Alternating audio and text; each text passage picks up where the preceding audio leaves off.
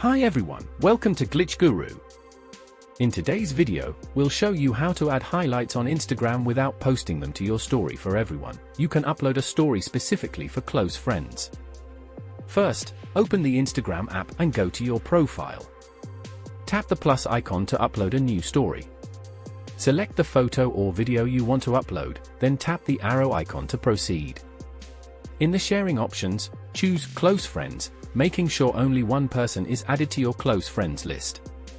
Tap Share to upload the story. After uploading, tap Add to Highlights and select the highlight you want to add it to.